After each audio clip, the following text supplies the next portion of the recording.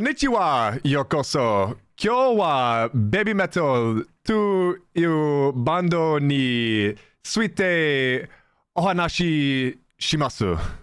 Which basically means hello and welcome. Today, we are going to be talking about the band Babymetal. My name is Smiggy-san, and I am joined here by Ryan.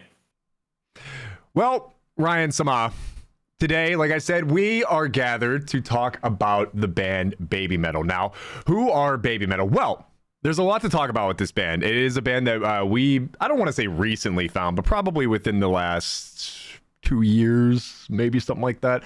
But they're a band that was actually formed in 2010 and currently consists of Sue Metal, whose real name is I'm going to apologize for butchering not only the opening, but all of these fine, lovely young ladies' names. But Suzuka Nakamoto, Moa Metal, whose real name is Moa Kikuchi, and Momo Metal, the newest member of the band, whose name is Momoko Okazaki. Babymetal are a band that fall into a few musical categories, including heavy metal, J-pop, and the genre that perfectly encompasses both of them, kawaii metal. Now, what is kawaii metal? It is a blend of life's most beautifully polar opposites. It is the destructive thrashing of power chords and occasionally harsh vocals, mixed with the roots of what the word kawaii means, which is that of aesthetically pleasing nature or having cute themes, basically. So, Ryan, I don't know about you, but I learned a lot about this band just in the few hours of research before the show today. And not only was I shocked that they had been formed since 2010, do you know how old they would have been in 2010? I did look up some stuff too. And weren't they like 11, 12, something like that? The singer, the main singer, I know she's older, right? Older than the other two, just by a couple years at least. But yeah, I'm going to take a guess and say like 11 or 12 from what I remember. Yeah, so pretty much spot on there. In 2009, the band's producer, Koba Metal, which you'll notice a theme, they all end their name in metal. They all have real names aside from that, but their stage names all end in metal with some semblance of their real name involved in it. But he recruited Sue Metal, who again is Suzuka Nakamoto, at just 11 or 12 years old to be the lead vocalist after an impressive performance with her old band Karen Girls, I believe is what it's actually called.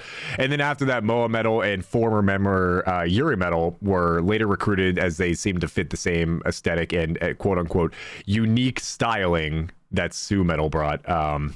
So yeah, they were just about 11 or 12 years old whenever they were brought onto the scene, which is what shocked me the most because they seem super young still, which they are. I guess timelines would put them at like, 15 years later. So 27, 26, I guess a few of them are years younger, 25, 24.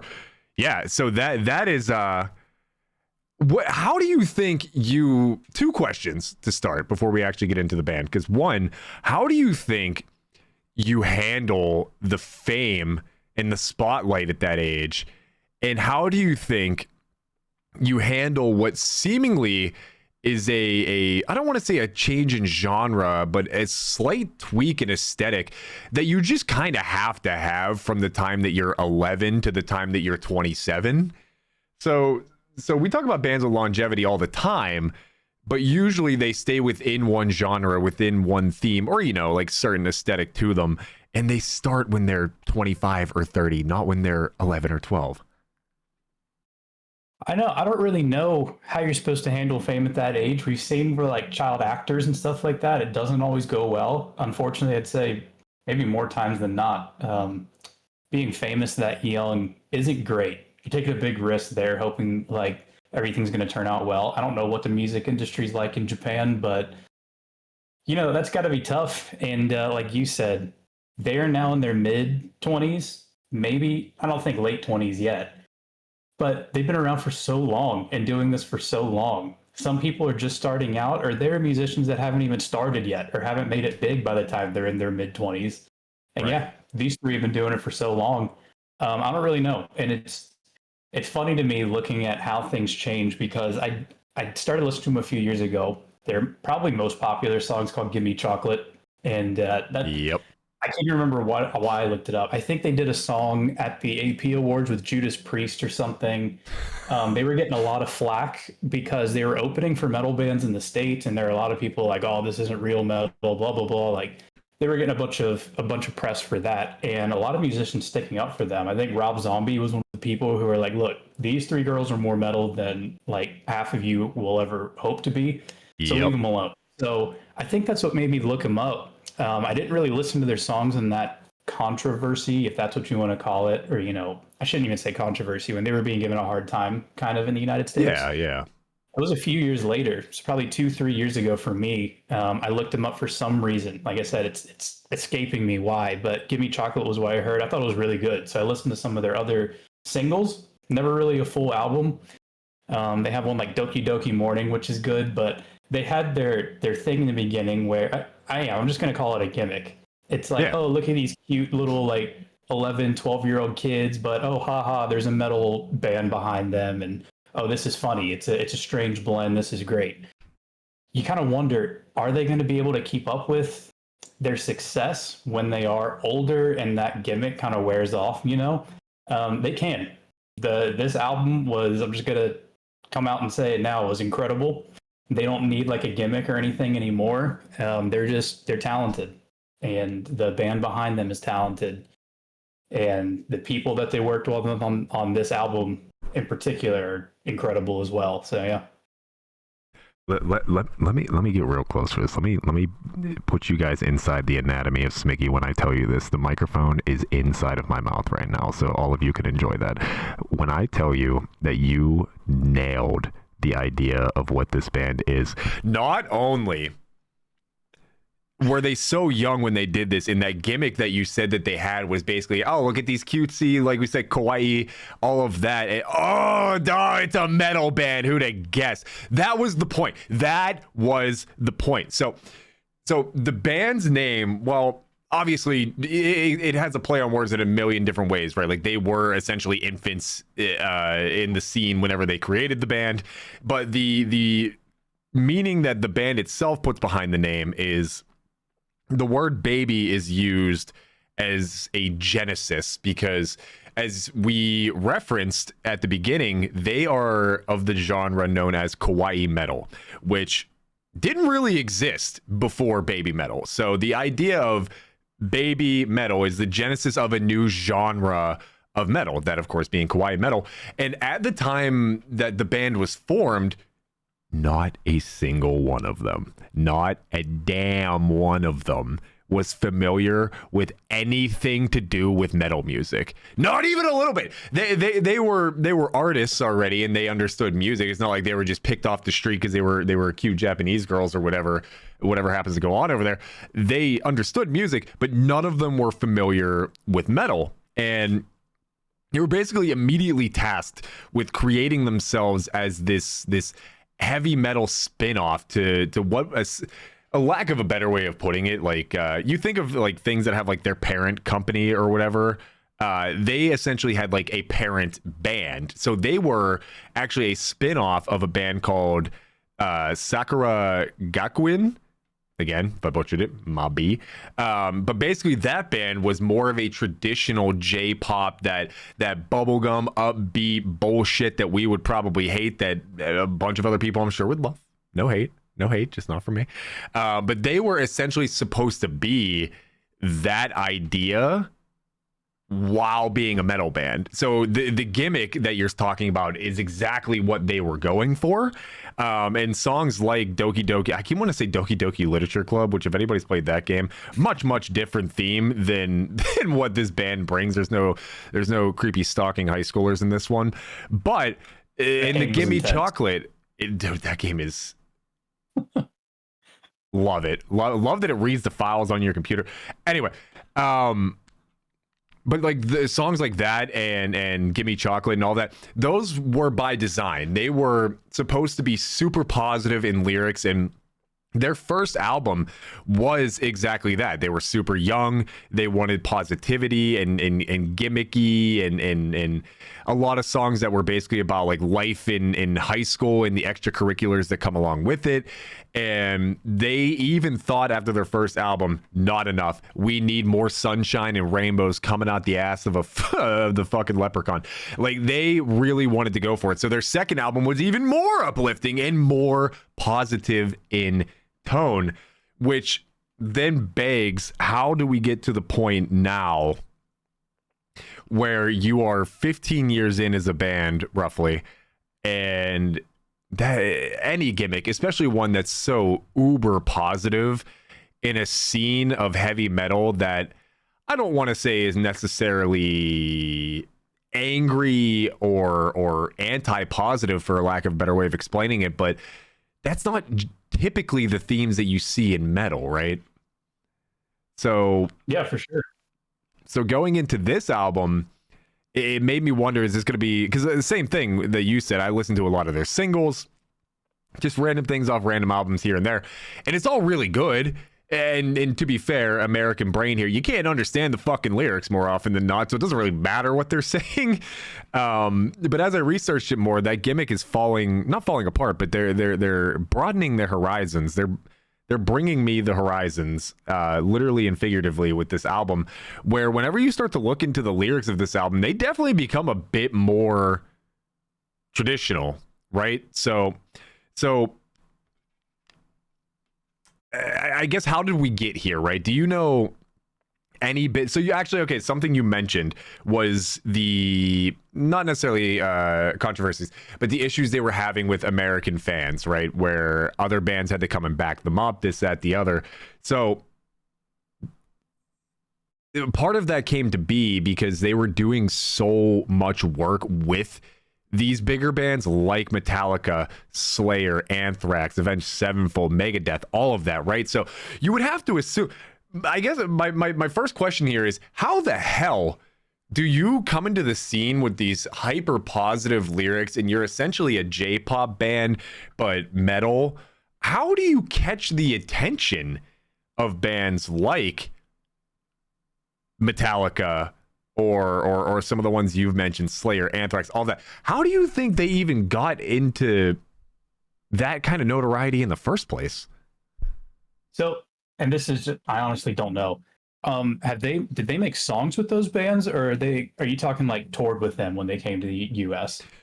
So it looks like a lot of it is simply just like touring or working with, not in a capacity that is features on songs. Because like right here, for example, they released a promo video for the Japanese premiere of Metallica's movie Through the Never, which was basically just a fan's view of one of Metallica's concerts. It's a concert experience through the eyes of a roadie, which then parlayed into them being invited to like other festivals and shows. Just like in 2014 alone, right? They were part of Sonosphere Festival in UK. They headlined in Hollywood for their first US show. They played alongside Metallica, Slayer, Anthrax in Montreal in 2014.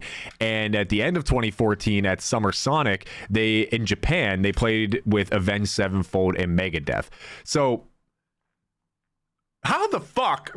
And that's just in the first 4 years when they were still all of that. So I get a lot of these things were in Japan, and that's kind of like the band that you're trying to promote, and they are really good for Japanese metal. They're really good, period, but they're really good for Japanese metal, all of that. But I feel like you don't see bands like that, your Metallicas and all of that, kind of step out of that zone to give these newer bands a chance, right? Or am I crazy with that? I don't know. I think a couple of things could be. I kind of looked up how this even worked because it kind of snowballed. I started looking up one thing and just kept researching different aspects of just music in general when it comes to like the J-pop bands and groups and things. So I looked up first, do these three girls write their own songs? And the answer is no. Like I can't remember what's her name, the main singer, lead singer. Is it Sue? That would be Sue Metal. Okay. I really should have got that straight before we recorded, but that's right. Sue Metal has contributed, she said, and written songs here and there. I think maybe a few of her lyrics and things have gone to Babymetal songs, but they don't write their own music, which doesn't bother me. I mean, a lot of people in bands, Yeah. you get one writer, it's no big deal. But they were put together in order to be successful. When it comes to these like J-pop and especially K-pop groups, they're kind of just like formed. They pick people who they think are like producers, and talent agencies pick who they think is very talented. I mean, you still have to be talented to do all the stuff, but then they just promote, put out what they think is going to be popular, put out what they think are going to catch people's attention. And that's kind of how Babymetal worked. Is he put this band together? He's like, we just let the professionals write the songs. These girls, they perform it, sing it, learn the choreography, go on tour, all that stuff. So I think, how did they end up over here in the States working with bands or with huge bands like you mentioned, Metallica and everything? I think a lot of it is just promotion. Like, hey, we got this group. Here's what they sound like. And honestly, I think Metallica, they've probably brought a lot of bands out on tour that we know of now as big, but at the time, probably a lot of people hadn't heard of them. So I don't think bands like Metallica, just them specifically, are against it. I have no clue about some of the other groups. But I also think is the shows that you mentioned were festivals. You can correct me if I'm wrong, but I'm pretty sure that even if you had never heard of Babymetal in your life, but you saw them at a festival, that's a good show, regardless. They have like the pyrotechnics, lasers, strobes. You might not know what they're saying, but that's the show where if you've never heard of them, you're going to be watching it like, what am I watching right now? Like, these are you said it was within their first few years. So like 14-year-old girls up there with a metal group with all these like crazy pyrotechnics, and it's just an odd mismatch, but it works well. And yeah, I think it's just an easy show to watch. Not easy, but fun. Like, even if you've never heard of them before. I mean, you kind of nailed it too. And you know what was crazy is, as I was saying that, I thought the same thing, that Metallica on that list, even though they are the authors of the DMCA fucking handbook on how to get your shit taken down, including themselves at their own performance at BlizzCon while it was played on Twitch, and they had to play classical music over it because Metallica went hog wild about DMCAing people.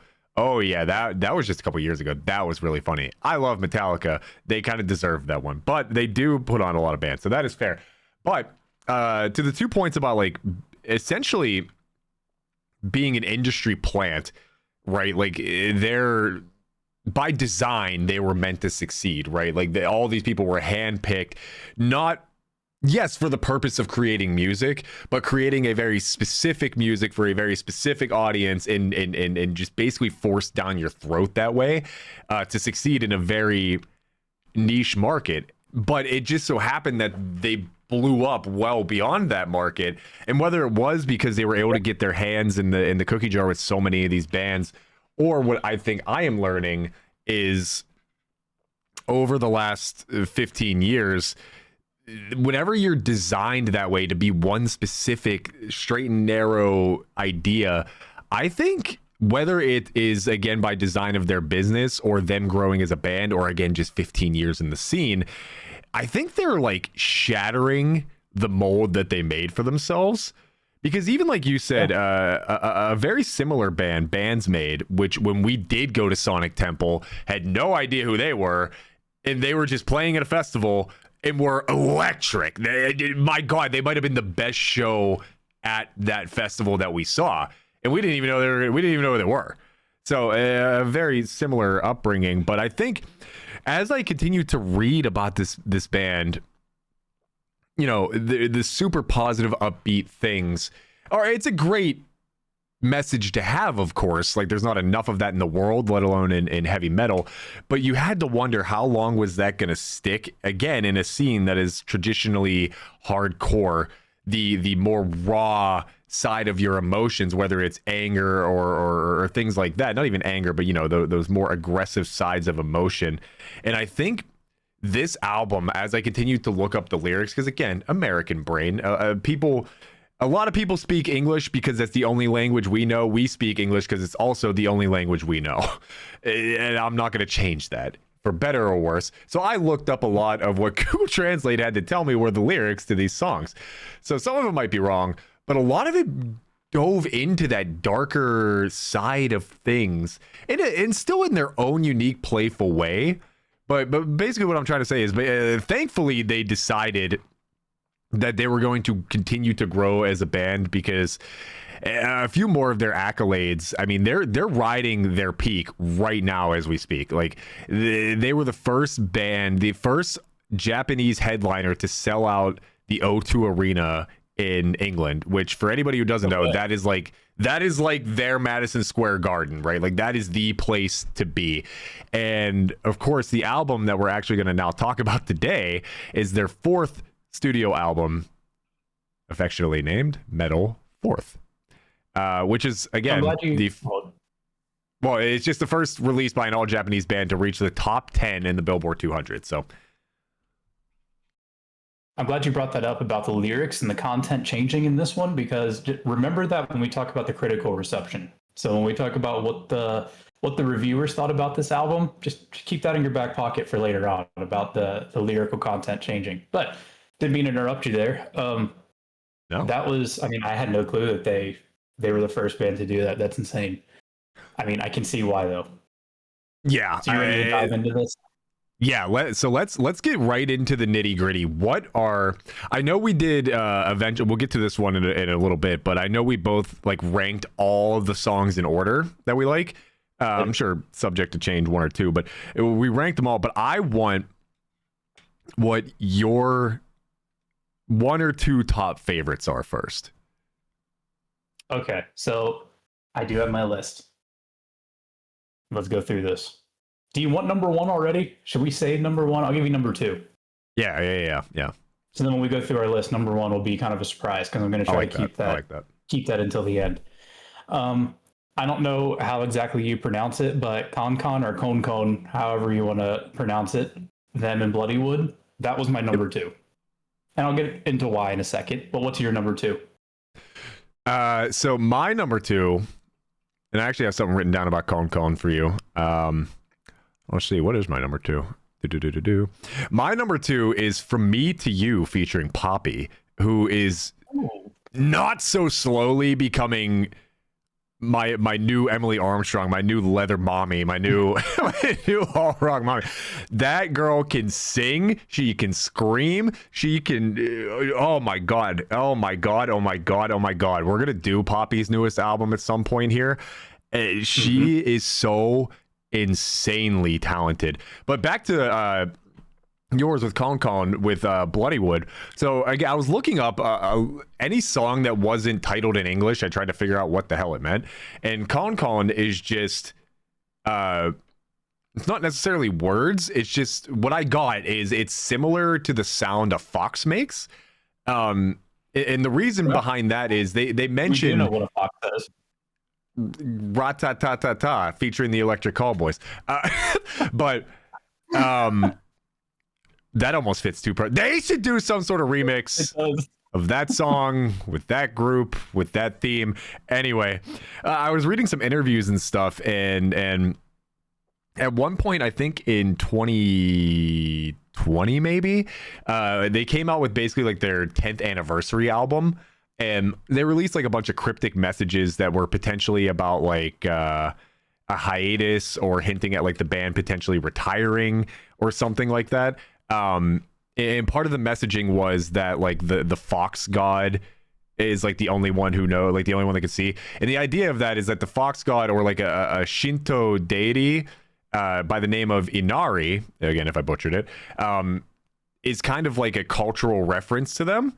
It is commonly referred to as part of Japanese culture. So that is just the sound that a fox makes in reference to basically this godly deity that is the fox god Inari.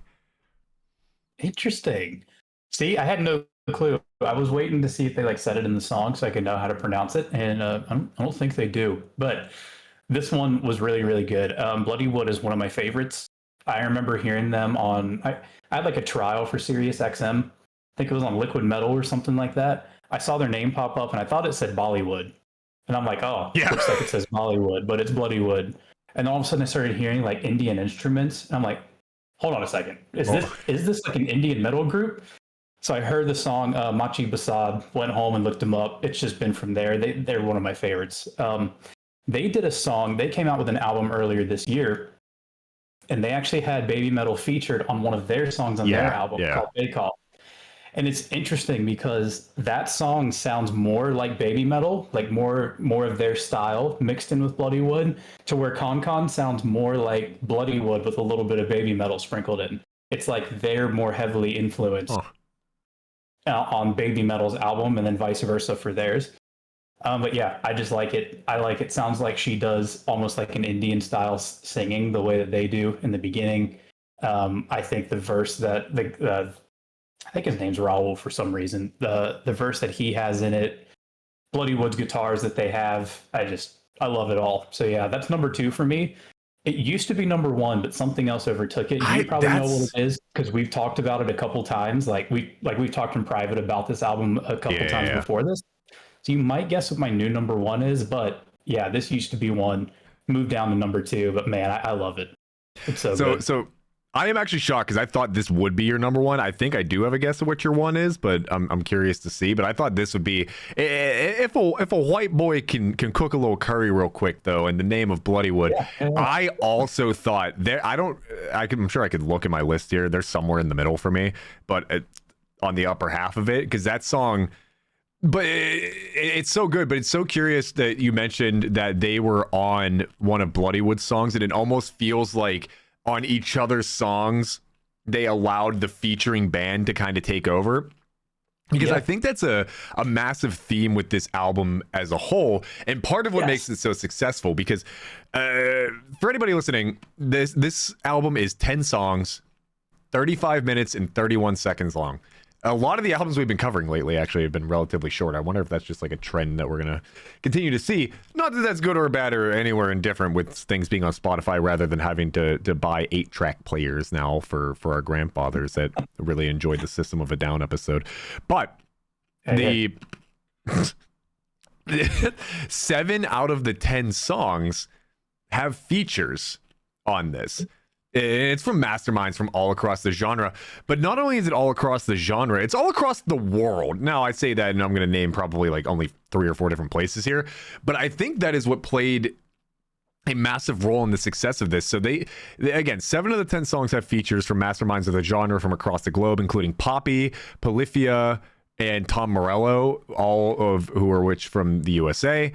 Poppy we just referenced. Polyphia I had never heard of before this, and Tom Morello being the legendary guitarist from Rage Against the Machine. So they're all from the US. Electric Callboy, who features on the song Ratatata, they're from Germany, which didn't think that, thought they were also from the US.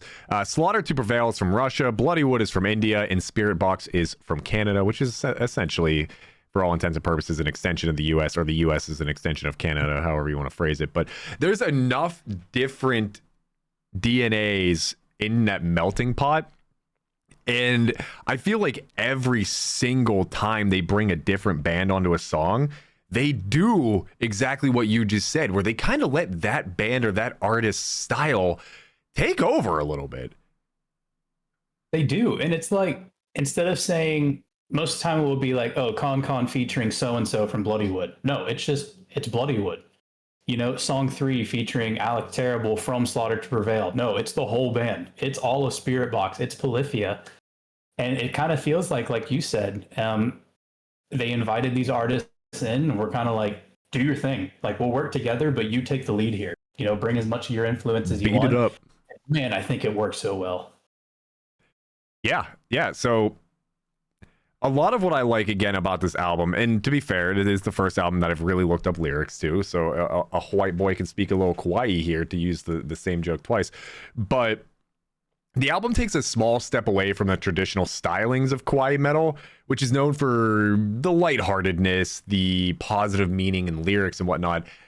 And they kind of, I said a small step. Honestly, they triple jump leap away from that bitch, including the very first lyrics on the entire album, which is from Me to You, featuring Poppy. And the very first lyrics are, I know you're scared because you're running for cover, but you might be running far. And if the demons know you're scared to death, then they will find you where you are. Is there a virus infecting your system? Have the cuts left an animal mark? That will make you one of us, and we will never, never, never be apart. That's Doki Doki Literature Club. That's not Doki Doki. This is Doki Doki Panic. This is not Doki Doki fucking whatever the fuck they made before this. Those are darker, harsher lyrics. They are, compared to what they're used to. This isn't about wanting chocolate, but not wanting to get fat from eating chocolate. I'm pretty sure is what those lyrics are. Yeah. I mean, and if it's not, then create your own Mad Lib that thing until we're we make our own cover one day. But so that is just to say again that each song kind of infuses the other artist's style with Babymetal, forcing them both. I said out of their comfort zone, but it sure as hell doesn't seem like anybody's uncomfortable here. I'll be honest. So, so there are some more lyrics here that I have written down, and it's basically to continue on that train of what they once were, and they probably still are. Again, with that those young 12-year-olds that were placed in as industry plants to be those hyper positive pop star, but doing it heavy metal style. You literally said it best, where it's like they took these girls, they said, hey, do J-pop.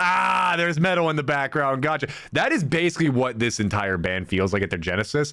But now, some 15 years later, that very first song with Poppy, she just adds an inextinguishable fire that punches you right in the mouth from the first second. With her, some of her first lyrics on the song being, I need a friend that'll never betray me. There's no time like where we are. I'm so bored, I don't care for the consequence, so I'll come find you where you are. Is it a sin if I wish for destruction? Is it a call that I can make? And I hail for the wrath of crimson on the faces in my way, and it goes from me to you. Dude, I don't even care if this is like the 16-year-old cringe rock metal listener that I was back in the day that's just like, oh, these lyrics are so deep and meaningful. That shit hits. That just makes you, whether it's actually meaningful in your life, does that not make you feel something?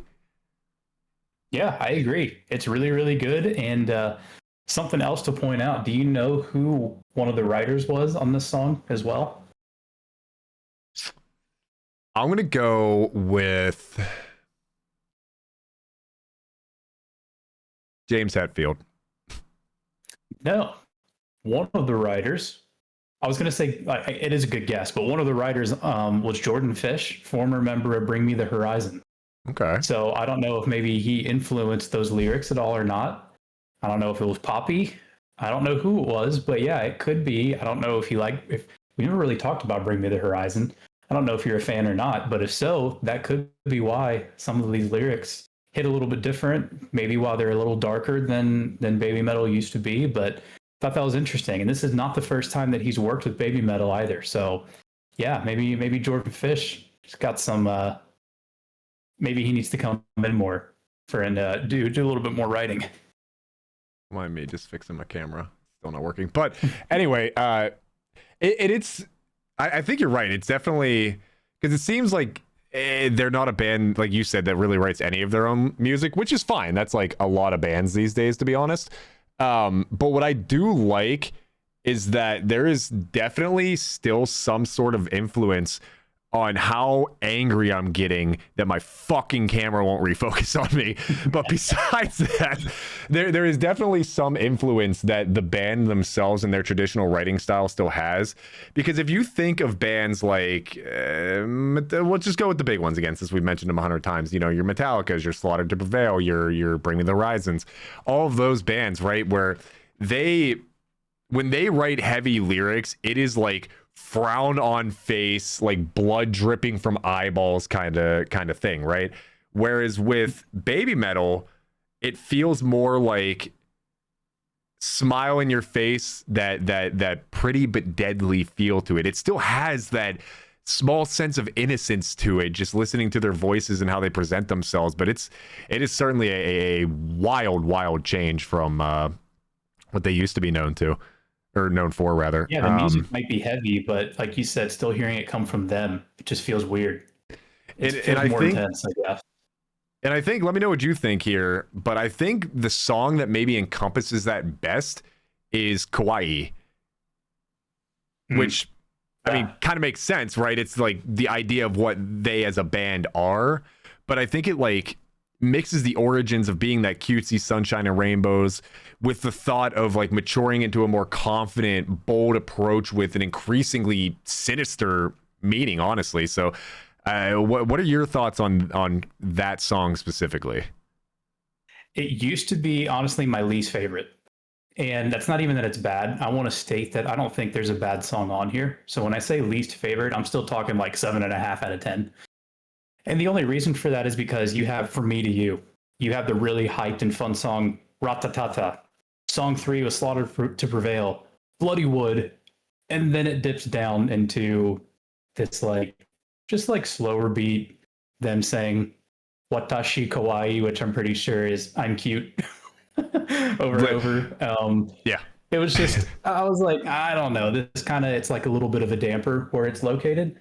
However, it really grew on me. Instead of being a damper, I think it's a nice change of pace because instead of just if they had 8 songs one after the other that were just super heavy and then put this one in at like number 9, I think it would probably be worse off. So yeah, rather than looking at it as like bringing the album down, it's a nice change of pace. But I do like it. It's grown on me. I kind of like that it's a little slower. I like that it sounds different from the first 4. So yeah, it's on my list at number. Okay, it's number 9, but so it moved up from. Okay, well, it's not 9. bottom. It's not bottom anymore, and that's okay. It generates an extreme amount of power from the bottom, and we know a lot of people like that in our lives. But you nailed it.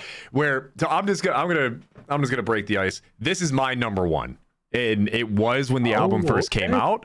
And it still is. Now there's a few that are right there with it. Like I said, From Me to You, Ratata, all of that. Like they're right there with it. But Kawaii is my favorite, and here's why. And let me rap to you.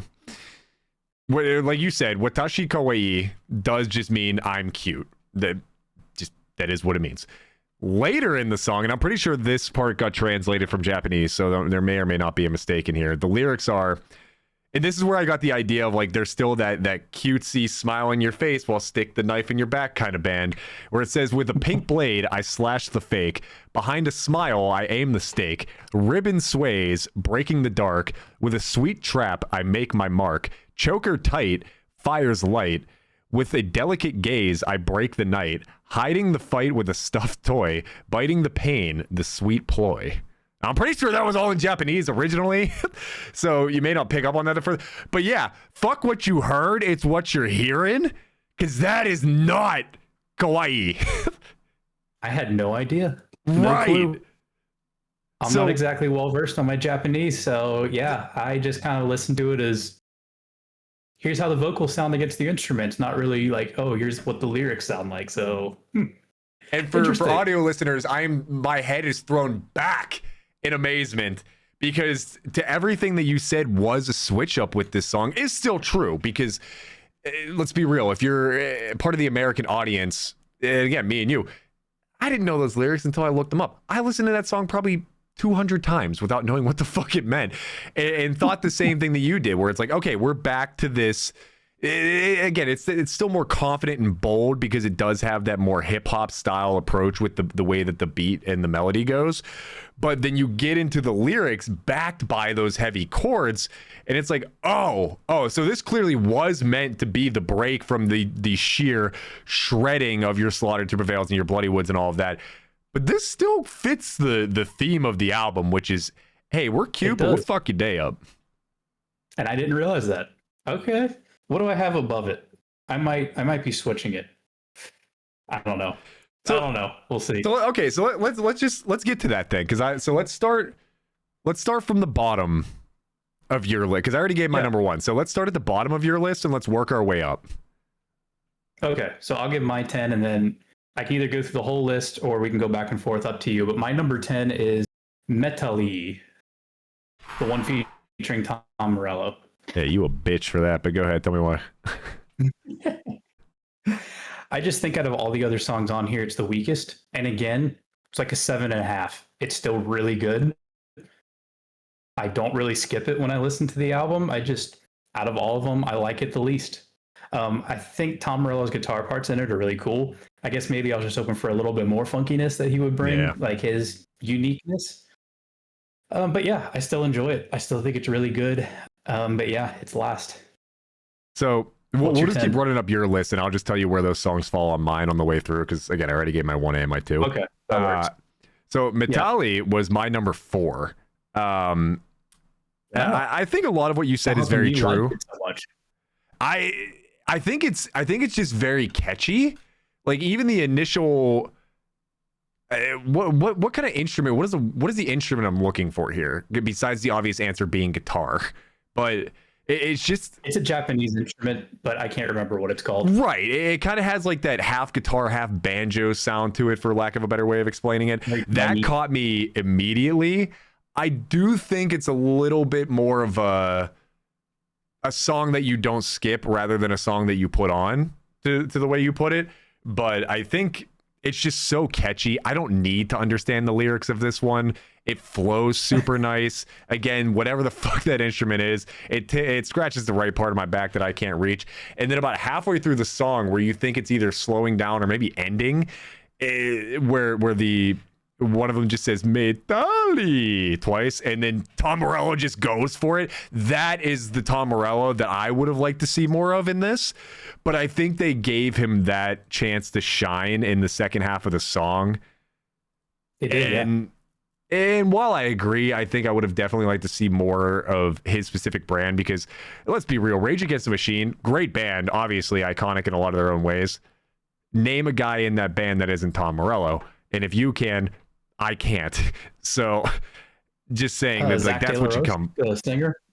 Yeah, Zach Galifianakis was great in Rage Against the Machine. But no, obviously not to put down Rage Against the Machine. They're iconic, like I just said. But Tom Morello is the guy there for so many obvious reasons. And I would have also liked to see him get a bit more of a time to shine here. But as soon as that riff in the middle hits, there's no mistaking that it's Tom Morello behind the guitar. It's like you said with oh my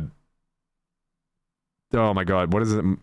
What the hell is the System's guitarist name? Dan Malachi? Oh, Darren. Darren. That is it, not Dan. Darren Malakian. Malarkey. You know who it is as soon as you hear the guitar. Yeah, exactly. Yeah, it's that guy. So I had that at number 4, but let's keep moving up the list. What you got? Next one is Kawaii, which we already talked about, and again, it's not bad, but I do like it. But yeah, number 9. Next one is Algorithm. Where does that one fall on your list? So we are 10, 9, 8. This is your number 8. That is my number 7. So pretty much right there. Oh, so close. I still think it's good. I think it's awesome that after seeing or hearing songs with so many features besides Kawaii so far, and then they come out with this song, it's kind of cool that they're like, yeah, we have a lot of people coming in. We have them taking the lead. We don't really need them to be good. We still sound good on our own, you know? So yeah. I think it was good. You mentioned this too, and I completely agree with you. Kind of reminds me of an anime opening. I think they could use it for a show for sure. Yeah. I didn't look up any of the lyrics or anything. I'm going based literally just off of how it makes me feel listening to it. And yeah, it's number 8. I like it. I was just going to say, I do agree with that. It feels like it would be, because it opens a little bit, I don't like, not super slow, but it builds up. And then about 8, 9, 10 seconds in, it starts going. And then the lyrics, it feels like it's telling a story. Now, we could both be so easily proven wrong if we would just look at the lyrics and see that it's about some dumb shit or whatever. But based solely off vibes, I 100% agree. It just feels like if I'm turning on like Violet Evergarden or like Attack on Titan or something like that, this could be the opening theme to it, and I'd have no problem with that. It could. And when you said we could be proven wrong just by looking up lyrics, my number 1, I was proven wrong from what I thought it was talking about, which we'll get to. Okay. Next one, number 10, 9, 8, 7. Number 7 for me is song 3 with Slaughter to Prevail. Okay. That is at number 5 for me. So right in the middle. I liked it. I liked it a lot when it came out. And I think I was just so shocked because Slaughter to Prevail, I had listened to a couple of their albums before. I mean, they're intense. I think it will be cool to see them live, go to a live show. Alex Terrible, their frontman, is kind of insane. Saw a video of him at a music festival where he was smashing the mic against his head to the beat and just like blood starts coming down his head because he was hitting himself so hard. He does the thing where like no matter how big the venue is, even if he's at a festival, he gets the crowd to quiet down at a certain part, and he screams one of the lines without a microphone, and like you can hear him because the guy's so loud. So just to see Slaughter to Prevail making a song with Babymetal, I was like, this is insane. Song's really good. I like that it's really heavy still. I don't think they toned down the heaviness too much just because they were working with Babymetal, because it's two different kinds of heaviness, talking about these two bands. But yeah, I really liked it. I mean, again, it's still like an 8 out of 10, even though it's, what did I say, number 7 on my list, 6, whatever, 10, 9, 8, yeah, 7. So yeah. And here with my ex-teacher of a co-host, we know how to count. I agree. Where, especially where you said that they're two different types of heavy, because I think they meshed both of their styles into this song, where when Slaughter to Prevail is going, it is that rumbly, harsh, get after it voice, and with Babymetal, it's what they're meant to be, right? It's that cutesy, way more feminine type thing. And the first lyrics that you hear from the Babymetal part, I believe, can be translated into the word barisan, which is commonly repeated phrase in the song, and it, from what I could learn, is referring to a term used by young Japanese people in the late 90s that is basically symbolism for like your phone's connection bars, your network bars, singular, more bars, more places. And it's essentially like the 3 bars being full. And what it means culturally, I guess, is basically having those full 3 bars, or saying I am well, or like I am perfect, I am good type thing. So that's what they just keep repeating at the beginning of that song. And then Slaughter to Prevail just fucking screams their faces off, which I think is a beautiful thing. It's not just a counting song. Yeah. So, well, there's one, I can't remember. It might be the Bloodywood song where they just say 1, 2, 3 in a row, like the 1, 2, 3. Like that's the lyrics for the whole chorus over and over again. But I think it's in not English, so we don't know the difference. But yeah, that's what they're saying. It's like 1, 2. I think when I looked it up, I'm pretty sure it's that, but I'm pretty sure when I looked it up, it's like 1, 2, 3 thunder or something like that. But I could be wrong. I don't have that page up anymore. But yeah, I think that song is also really good. I agree that it is, it's a victim of other songs just being better, but another solid 7.5 or 8 out of 10. And it's one of the few times I can point to 2 different styles of metal meshing so well, because usually we talked about it a lot with like Avenged Sevenfold's album, for example, where a lot of songs tried different styles within the same song, and sometimes it hit fine, sometimes it fucking blew and it sounded like 3 different songs, or it should have been 3 different songs. It is 2 bands being confident in who and what they are and just doing what they know, and it worked so wonderfully. It did. It blended really well. So still like it. But yeah, number 7. Number 6, Ratatata. That is my number 3. All right. I liked it. I had heard Electric Callboy before. This is no offense to them. I liked their music. It just didn't really stick with me when I first listened to them. Now, there are bands that, I listened to at one point in life, and it's like, yeah, they're fine. And then you come back to them a couple years later and they're amazing. So Electric Callboy, heard a few songs. I'm like, yeah, these guys are good, but never didn't add them to the playlist, nothing like that or anything. But the song is just really fun. I like how like upbeat it is, and I don't know what any of the lyrics translate to, but it just makes me happy. It sounds silly. I think it's funny. Yeah, I enjoy it. Yeah, so I think thankfully a lot of the lyrics in this one are kind of in English for the most part. So the reason I like this song so much is all the reasons you just said, but so like obviously I play sports, come on, big athlete guy here at 32. My shoulder has been broken for months now. But whenever I go to play sports for like actual competitive games and stuff, I am very mental with it. I don't want to necessarily say I'm superstitious, but I guess that's kind of what I have to call it. Where, like I said, for music as a whole, I kind of let the music tell me how I feel about it rather than like trying to parse through all the lyrics and the deeper meanings. I listen, and whatever I feel is what I go with. And I take that into my sporting life too, where if I'm about to go be in a competition, I like to get fired up. I like to get riled up. If I'm going to be playing goalkeeper for something, I like to get into a headspace that's a bit more insane, a bit more way too hyped up, run through a wall type of thing. And this song epitomizes that.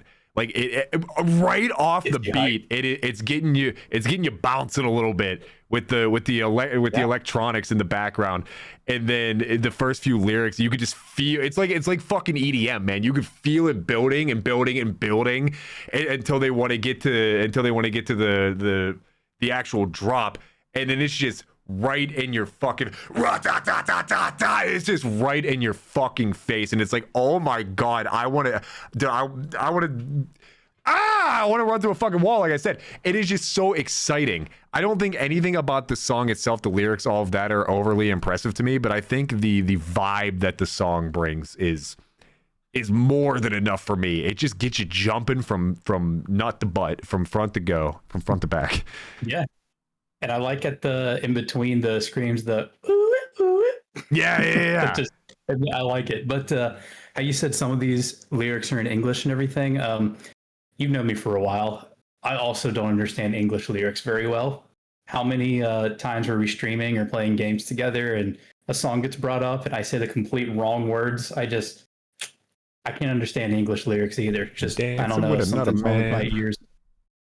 Yeah. Or we don't need to get into the backcountry lyrics, but singing it wrong my whole life. But yeah, that's a good way to put it. It's a really good hype song. I like that one a lot. Number 5, I have From Me to You, which I debated putting it this low. I used to have it at 4th, but you pretty much nailed it before when it comes to all that stuff. Poppy is just awesome.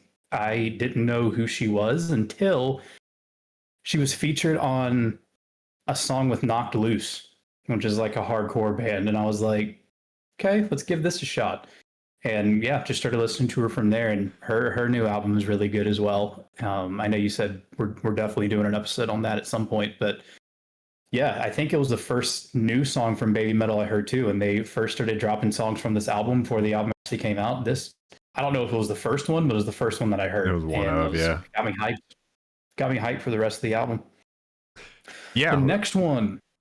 Oh, sorry. Go ahead. No, I was just gonna say what I like a lot about that song too. I already gave a lot about it since it was my number 2. But what I like a lot about that song too is much like you, I didn't really hear of Poppy before. I think she was even touring with Avenged Sevenfold or was opening for them with a couple shows. So that's like the first time I ever really heard her name. And I looked up a song or two and I was like, this is okay. I don't love it, don't hate it. But much like Babymetal, she has had a bit of a tone shift in her music. I can't say I can necessarily pin down exactly what genre or style she was before this, but she has transitioned pretty heavily into like heavier rock or again, even metal with a lot of her music. With a lot of what you hear on From Me to You is now what she does as a solo artist. So it's kind of fun to see an artist that is transitioning genres entirely for the most part with Poppy, and a band that is changing how the world has to view them based on lyrics in the same album on the same song, both doing that to such a high level. I thought it was just an impressive song for them to pull off, period, let alone to what extent that they were entertaining on it. So go on. What's next? I literally forgot until you just said it that you and I saw Poppy together, and that was the first I had heard of her. Yes. Before the concert, you told me you looked up a couple songs, and I'm like, yeah, I definitely will. And so seeing her live was like the first I ever heard her, and she was good. I thought she put on a good show. But again, I didn't go home and then start listening to her again. Knocked Loose is when I started actually like looking up more stuff. Like, okay, she sounds really good. Let me hear some more of her, the music that she's made. And it was shortly after that, or maybe right around the same time, that she had her new album come out. So yeah, I forgot that you and I both saw Poppy. So that's why I said was touring with, because I also thought that we saw her, but I was like, did we? But yeah, we did. We 100% did. And yeah, again, we're gonna do Poppy's album at some point in life here, but I cannot recommend The Centers Falling Out enough. and specifically the song Crystallize, which is ironically enough hardly a rock song, but is an insane song. So I would recommend everybody go and listen to that. So good. Oh my god. Next one, number 4 is White Flame. That was my 9. Really? Man. White Flame I also liked because I don't think it had anybody featured on this one. It was just them. And like we mentioned before, they were the cutesy J-pop metal group. They're growing into what they are now and have a bunch of awesome artists featured. And then it seemed like to cap the album off, they were like, we don't need anyone else. We're doing this because it's fun and we like working with people, but we can still bring it by ourselves. I just thought it was a really, really good way to close the album. I thought it was heavy. It was like a power metal type situation. It reminded me of. So yeah, I thought it was really good. I know I keep saying that. We're supposed to be reviewing this, and all I keep saying is really good, but I don't know how else to say it. Everything on this album is good.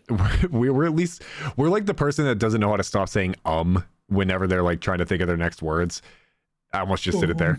But we're just ending it with that. So I think we're doing a pretty good job outside of that. Not to meta review ourselves live, but I think in a world where I haven't been tucked in and kissed goodnight by somebody in real life in so long, or by any form of media, whether that be movies, albums, video games, except for the exception of a few, nothing really knows how to neatly tie that bow on it at the end. We've talked about it. I've talked about it with pretty much every album we've reviewed so far.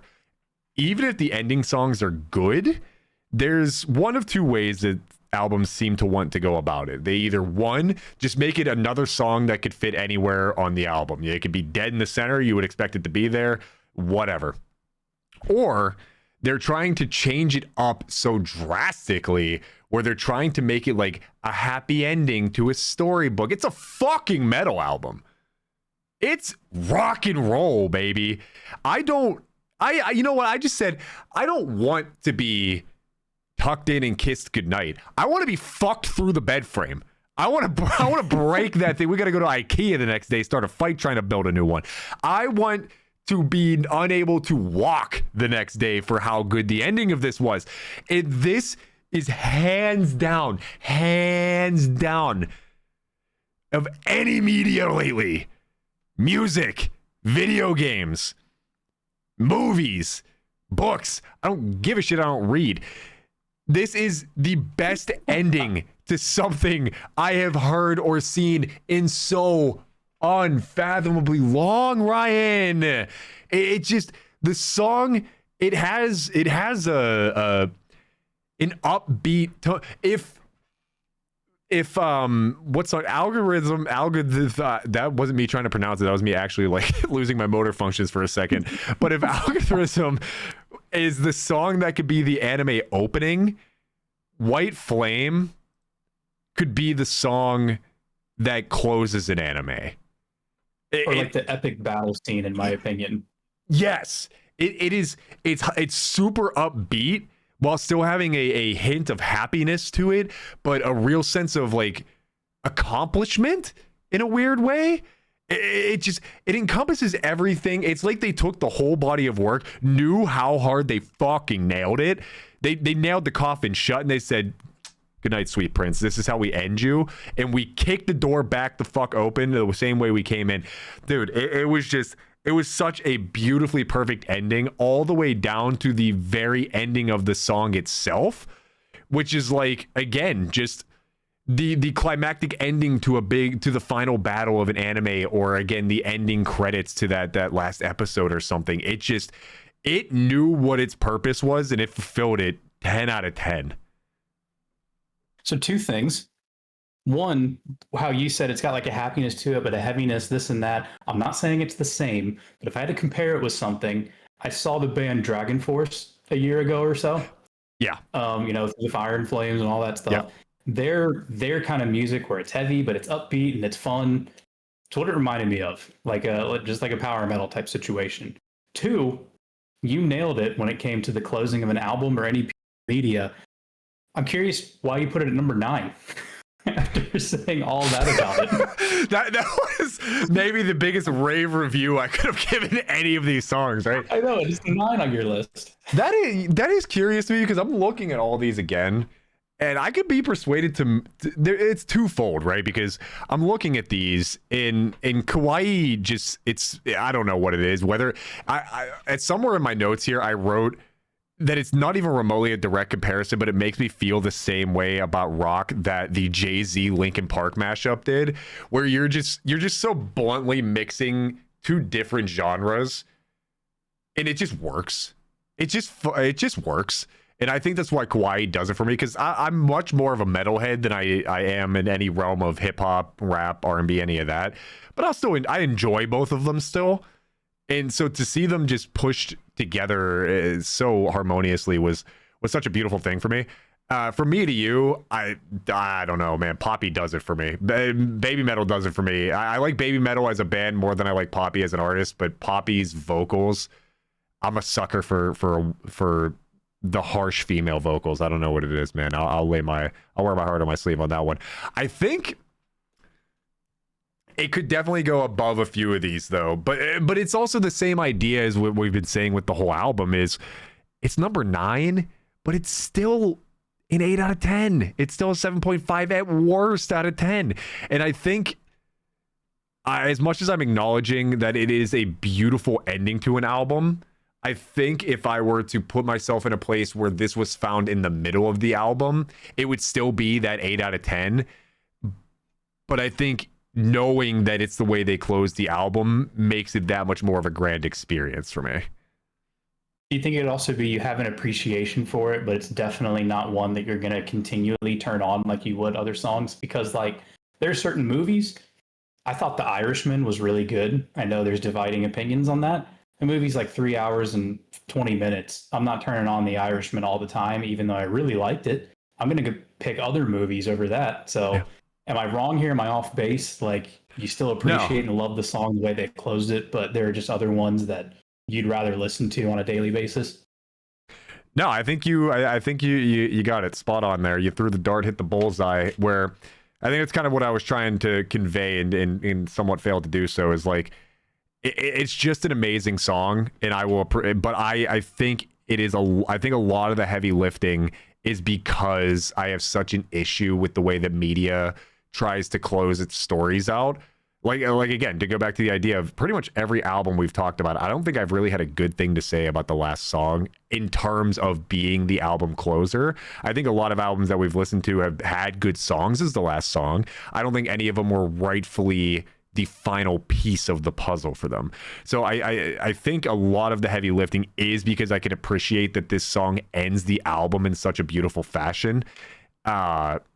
That gives it that extra buff for me. But if I'm just thinking of this as individual songs, like if I were to put this on my liked playlist on Spotify, yes, it would get its plays. I wouldn't skip it, but I still think songs like Kawaii or From Me to You or Metali, I think I would still actively pick those songs over it.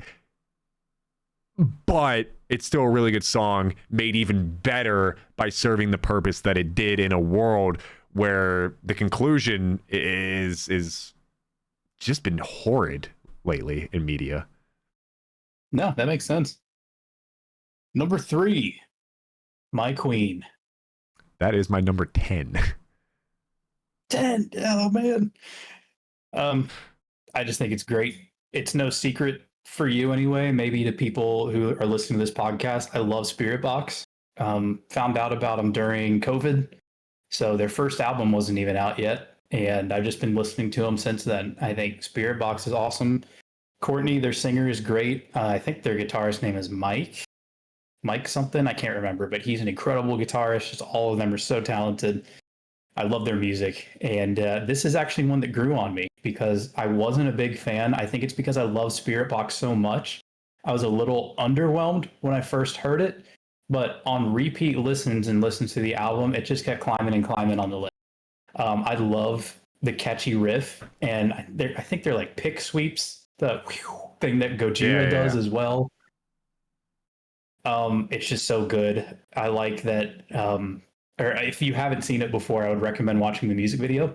The music video are the 3 members of Babymetal on a giant chessboard with Courtney on the other chess side of the chessboard as the queen, I'm assuming, and this giant weird looking demon thing like over them, like not controlling them, but watching over this chess match that's going on. And even though it's a cool music video, there was a part so hard. I don't think it was like supposed to be funny, but during Courtney's part where she's screaming, it's like, what are you supposed to do with the other three? Do they just stand there? Do they act scared? They decide to make them dance. And it just made me laugh so hard that they are doing like Fortnite dances while Courtney is screaming. It's just, they're like breaking it down while this heaviness is going on. I don't know how to, it's like, I don't know. It reminded me of like a 10-year-old kid getting yelled at. Don't care. They're just, it made me laugh so hard. Again, wasn't supposed to be funny, but it just caught me off guard. I actually, because I watched it on our TV, and Brittany was watching it with me, and I had to pause it and go back because I was like, "Did you see that?" And yeah, we laughed about it. It was great. I think the really funny part about it is you have Su-metal, Moa-metal, and Momo-metal, or Suzuka, Moa, and Momoko, and then we got Courtney and Mike. Rock band extraordinaire. Courtney and Mike. I'm just imagining them in like fucking suits and ties. It just corporate professional. That's really funny to me. I have to, because I have not seen the music video. I can picture pretty vividly what you're saying in my head, but I wonder, because a lot of what I've been saying about this album is in the vein of them switching up their styling a lot. And then a lot of what I said with them and Poppy is watching two different bands mesh their styles while they're both moving into a new age of style and watching it meld so perfectly. I know you said you laughed, but did it still feel like that was a good experience? Like that was the right thing for them to do? Did they put on a good music video still, I guess is the question. They did. The music video was great. And I started thinking to myself, like I mentioned it before, what else were they supposed to do? They're just going to sit down? Or are they going to just stand there? Like, I don't know, like Babymetal, when they're up on stage, they have choreographed dances. That's what they do. So they had them do it still. It's just in that moment, I don't know, it hit me as really funny. I would, when we're done with this, you should look that music video up, or at least that part. Oh, 100%. So I think that song falls to... I think it falls to 10 for me solely by way. Say again? I shouldn't say not that you didn't like this one, like we keep saying, but how come it was the lowest on the list? Yeah. I think that's the theme of this whole album is I don't really have a song that's below a 7.5. I think it's just by way of I just haven't listened to it as much as the other songs, and whether that is because it's one of the two, and I honestly couldn't tell you which. It's either I don't like it as much because I haven't listened to it as much, or I don't listen to it as much because I don't like it as much. I can't really decide, and I think that's a good thing for the song. And I think it's something that I'm learning about me with Spirit Box as a whole, because I think Spirit Box is insanely talented, and I like what I listen to of them. But if you recall, when the Spirit Box album came out, I want to say... first album. How is it, Smigs?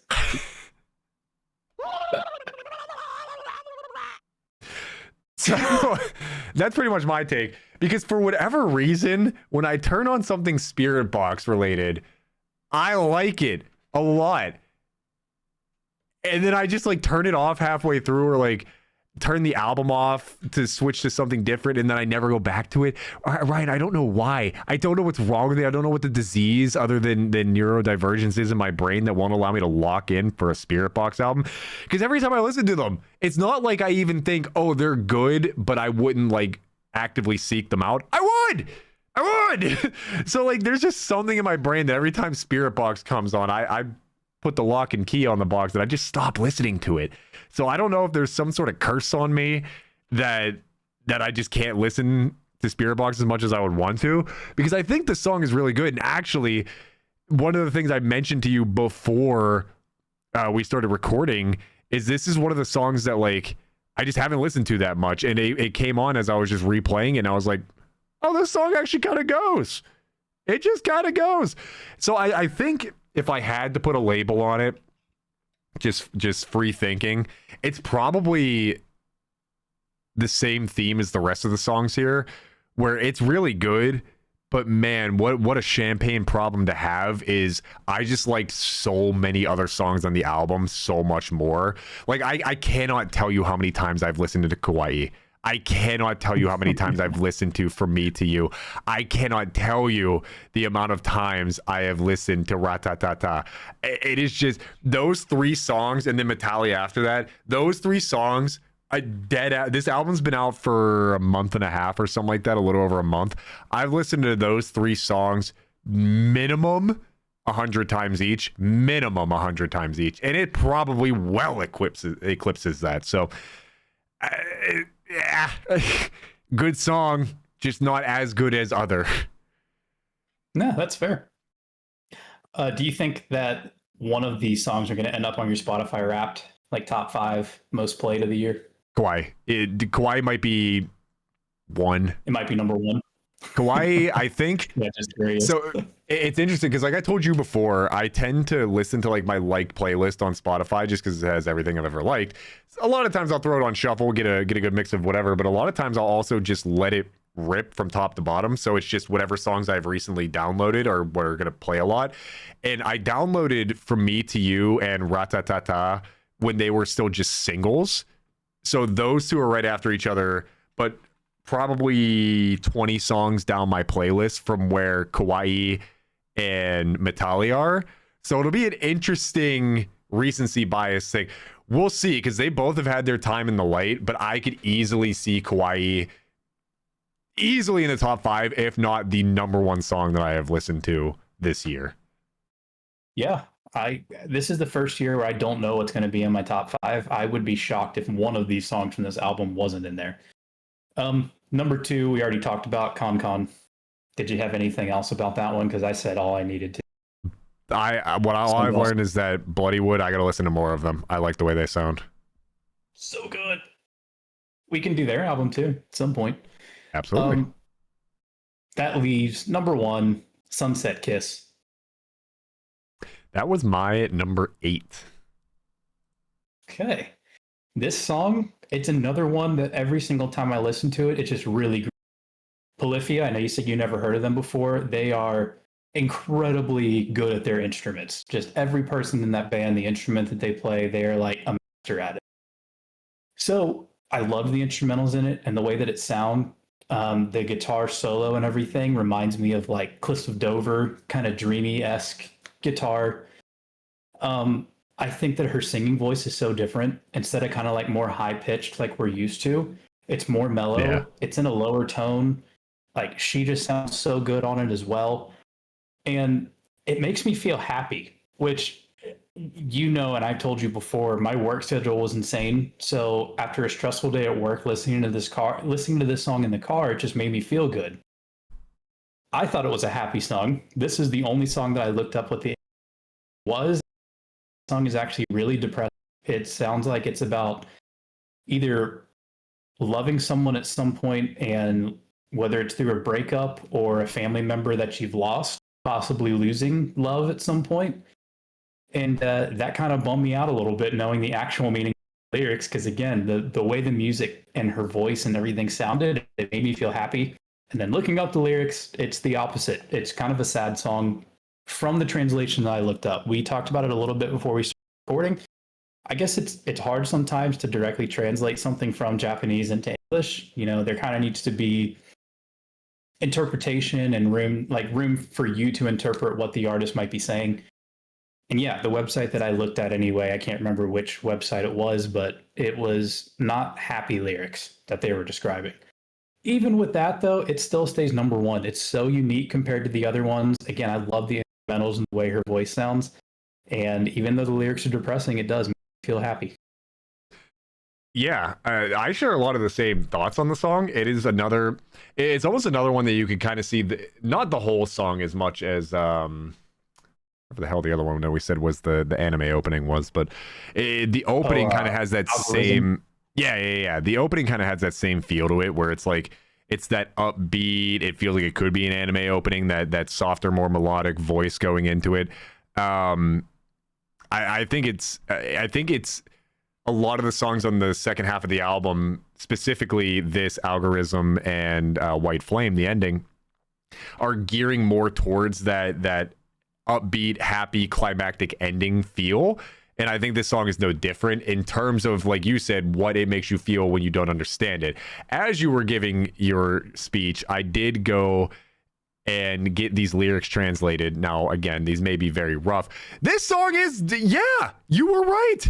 So I'm just going to read the first verse here. It says, your words that day rebounded in a gentle voice. The world I spent with you still has only warmth floating on the air. An innocent melody dances down into the sky I look up to. A cold wind grips my heart and whispers in an empty voice, is this the end? Is this the end? You melt into the sunset sky. Your faded face is still burned into my memory. A kiss from the setting sun. I reached out to chase after you, but the fading sunset is no longer within my reach. Overflowing tears. Love turns into tears, but love awakened from a dream will soon turn into tears. Damn. That's so sad. I guess it is it's definitely got to be about losing someone that you love, and it's depressing. Better to have loved and lost than to have never loved at all is how that song is presented, at least in instrumentals and stuff. But yeah, that is a holy shit. I would have. I guess we're both learning a lot here because all the lyrics I looked up was like, oh, these are harsh, and it doesn't seem like it gets any better the whole way through. But that again to me is what makes this album so fucking impressive, man. This is a band, again, let's go back to the beginning. In 2010, when we were both already 40 plus years old, this Sue Metal was a 11 or 12-year-old girl being pulled out of a crowd to essentially be an industry plant for what was a J-pop spin-off into a new genre called kawaii metal, which was all meant to be this upbeat, happy, bubblegum, poppy bullshit that probably a lot of today's heavy metal people wouldn't like listening to. And to wade through the idea that when they were being backed by bands like Metallica and all of that, I read a lot of this. I remember very vividly, so vividly, seeing a Facebook comment or something, age myself further, where it was like they did a cover of Metallica, or they were promoting something, whatever it was Metallica based.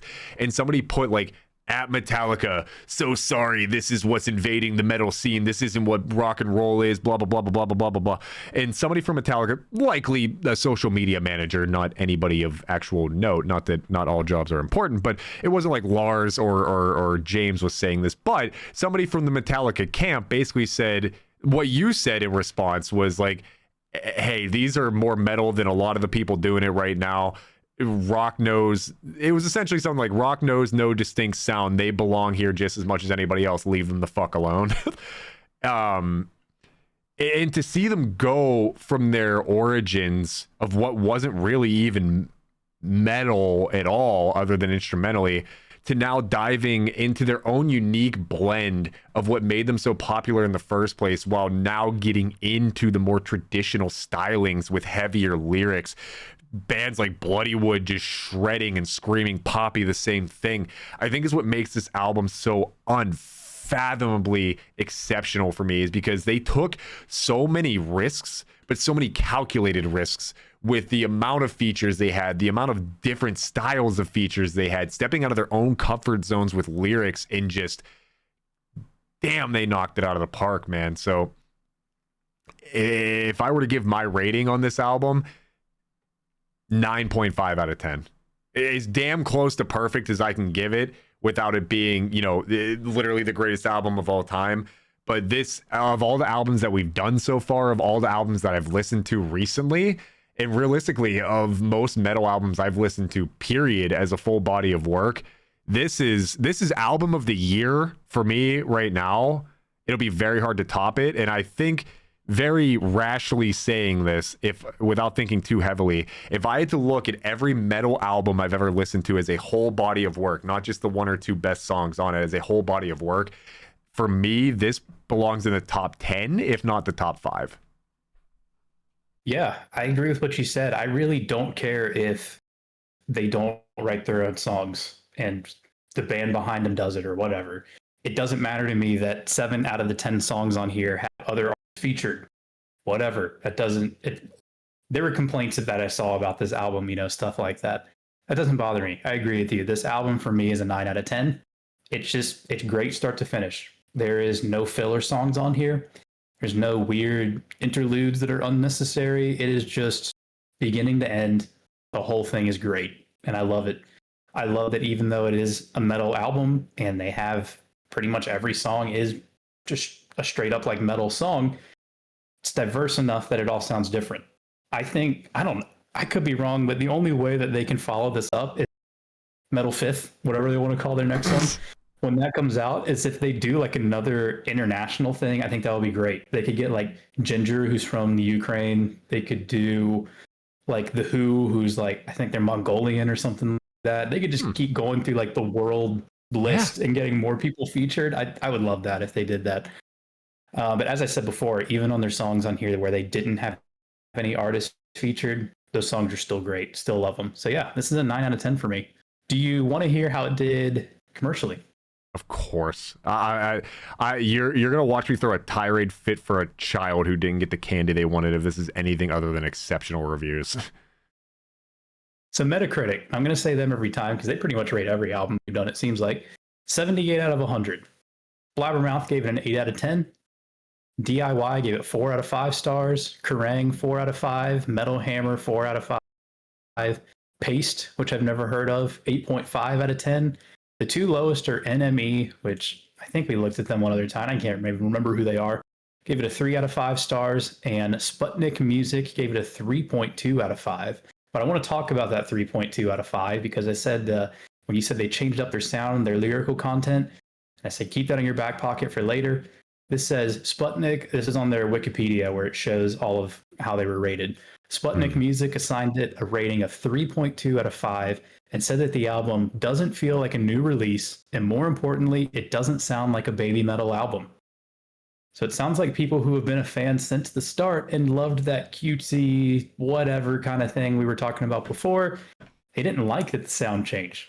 They didn't like the new lyrical content, or didn't like that there were so many artists featured on there. So, wait, Smiggy, come back. I had to hold my desk to make sure I didn't break my green screen again. So yeah, generally favorable reviews with just a couple that were in like the 3.2 range, like we said, but it was because they didn't like how it didn't sound like traditional Babymetal, I guess. If that's what you want to call it. Listen, Dr. Rosputnik couldn't beat that little blue hedgehog. He for damn sure can't rate music properly either. I think the whole point of music, I say while rolling my eyes through the back of my head, is that it's subjective, right? The whole idea of media is you like what you like what speaks to you, and there's quote unquote no wrong answers in music as long as it's something that you yourself want to listen to. I mean, shit, back in my high school days, with some heavy shame I say this, I had a few Insane Clown Posse songs on my Spotify. I feel like a lot of young white boys that grew up like lower middle class probably did. Would I listen to them now at 32? Absolutely not. But it spoke to me at the time. But my point, you have just a disgusted look on your face. No. I was just going to ask you, what exactly is a juggalo? Could you tell me? You know, I believe there's about a 4-minute song, including something about Connect 4 being in somebody's ass. Listen, Monopoly something else. Yeah. Shit on Monopoly and spit out Connect 4, I believe is the lyrics. Can't believe I remember that. My point being, though, amongst the juggalos, juggalettes, metalheads, kawaii fans of the world, it's subjective. I think if you're pissed that this didn't sound like a Babymetal album, put the fucking pacifier back in your mouth and let the adults talk for a little bit. All right, go back to the kids' table. You eat your dino nuggies. We all love dino nuggies. I'm not talking shit on dino nuggies. You eat your dino nuggies, your chicken fingers, and your apple slices. I don't give a shit. You belong at that table. That's fine. That's fine. Baby's first opinion. It's cool. Because if you were upset that this doesn't sound like Babymetal and it's bad, sure. if it's bad because it doesn't sound like bad. But they stepped out of their comfort zone and mashed it, dude. Like, just out of the ballpark.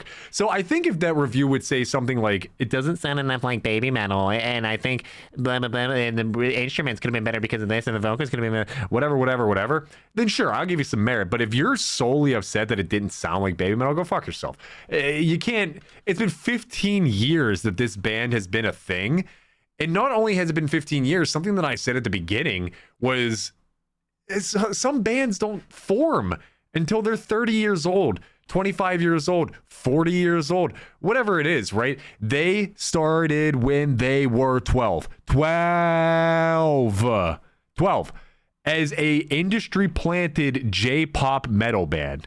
If over the course of 15 years in a genre that they created, if you don't expect some room for change and growth, again, genre they created, metal being ever expansive as a whole, they started at 12. They're 25 to 28 years old now. They were going to change at some point. And it's not like they went from A to Z. They just kind of like meshed a bunch of shit together. I think that's a lazy review. Yes, I'm getting defensive because I do think this album's amazing. But even a lot of the 3 out of 5s or rather the 4 out of 5s, like an 80%, an 8 out of 10, a 7 out of 10, whatever. I get it. Like, it just, if it isn't for you, it isn't for you. But I think to give it a 3.2, which means you tried to put some thought into it, maybe. But I think it's an insanely lazy review and a stupid reasoning to give for it. Because again, if it's not them and you don't like it because it's not them, then you're not reviewing music. You're reviewing what you like. If you were to say it's bad because it's not them and the instruments sound like shit, or the vocals sound like shit, or Poppy's a bad artist, then sure, run it up. But that to me just screams lazy review. That one specifically. Yeah, I can see it. Yeah. But again, in general, pretty good reviews across the board. They debuted at, or not debuted, it peaked at number 9 on the Billboard 200 charts. So I don't know what else they were competing against in August of this year. But again, that's another reason why I said it's really impressive when we talked about how bands like Ghost and Sleep Token and all that ended up getting on the spot.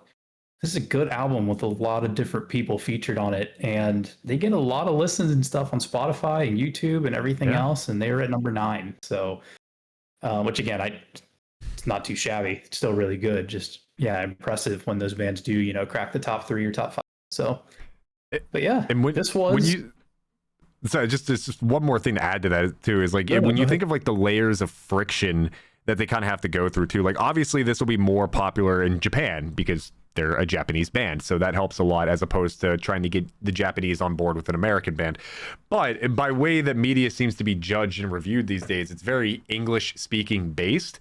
And to have a band that is not of the culture or the language of what you traditionally see being rated with these other bands such as Spirit Box, such as Sleep Token, Metallica, all of that, it makes it even more impressive to me because they had another layer of friction to overcome with solely the idea that they're not English speaking. So that's about all I got to say on it. So if you got something to close us out here, by all means. Yeah, this was our longest episode. I think it's just because we had so much to say about it, so much good things. So if anyone made it this far, congratulations. Thanks for listening the whole way through. But we got Deftones coming up next week. Deftones put out a new album a couple weeks ago. And Smigs, correct me if I'm wrong, this is going to be like basically your first experience with Deftones, yes? This will be, I'm sure I've heard a stray song or two, but you'll be teaching me a lot. Yeah, Deftones, one of my favorite bands of all time. Excited for you to listen to them. I've already listened to this album several times over. I don't really know how it's going to be as a starting place. I'm not sure. You might hate it. You might think it's amazing. I guess we'll find out next week. But we got that coming up. And what did we say was after it? We had something else lined up. Oh, Starset. Yeah. So Starset also put out a new album. And that's what we got coming up next couple weeks. But Babymetal, great. Listen to it if you haven't already. Yeah, Deftones, Starset. We talked about getting Poppy in there. We talked about a Bloodywood album at some point. I think something that I personally want to do as well, because the next two that we're doing, which are Deftones and Starset, Deftones, I may have heard a stray song or two. Starset, I haven't heard a single song. I think I've listened to one that you sent me, maybe, but I know not a damn thing about Starset. I know at least a little bit of something about Deftones. So I think after these two, and maybe Poppy is my chance to do that, because I know you haven't really listened to her, but I'm going to try and find a band that I know a good bit about that maybe you don't, and maybe we'll take turns kind of teaching each other some things about some stuff. So it'll be Professor Ryan's turn with Deftones and Starset. I'll find something of my own, and then of course we'll keep that trend going with some stuff too, because there's a lot of really good music coming out. There's a lot of really good music that has been out that we just haven't gotten to yet, and this was, man, I gotta tell you, this was one of the albums that we had marked down to do back before we started the first episode, or maybe like right after we did the first episode. We've had this one ready to go for so long. I'm excited that we waited a bit and forced ourselves to wait with the month hiatus we took, because it gave me more time to listen to and appreciate this. Again, for me, a 9 out of 5. I cannot recommend this album enough to people, front to back. The whole experience. The lowest rating on any song for me is a 7.5, and it might even be an 8. Just more Babymetal. Listen to it. Listen to all their songs, and like Ryan said, we'll be doing some Deftones, some Starset, and then whatever else after. But yeah. So as always, thank you guys for rocking with us through Babymetal's 4th studio album, Metal Fourth. And remember, as the ending of their final song says, light up with you more, the glare that overflows, gather them and dance in the sunlight. Thank you all for rocking with us. This has been Rock Rants. My name is Smiggy, joined by Ryan. We love you all, and we will see you guys next time. Bye, everyone.